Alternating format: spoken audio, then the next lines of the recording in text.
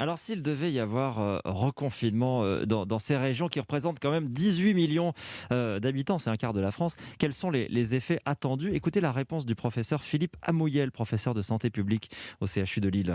Quand on met en place un confinement, il va s'écouler à peu près 2 semaines avant que les courbes puissent commencer à freiner, puis ensuite encore une semaine pour observer une descente des taux d'infection ou des taux de réanimation avec le décalage dans le temps. C'est l'expérience qu'on a eue du premier confinement, mais c'est également la même expérience qu'on a eue avec le deuxième confinement, qui était beaucoup plus allégé puisque les gens continuaient à travailler avec du télétravail, pouvaient avoir accès au transport, les écoles étaient ouvertes. Mais finalement, l'impact a été le même, c'est-à-dire une baisse d'environ 30% par semaine.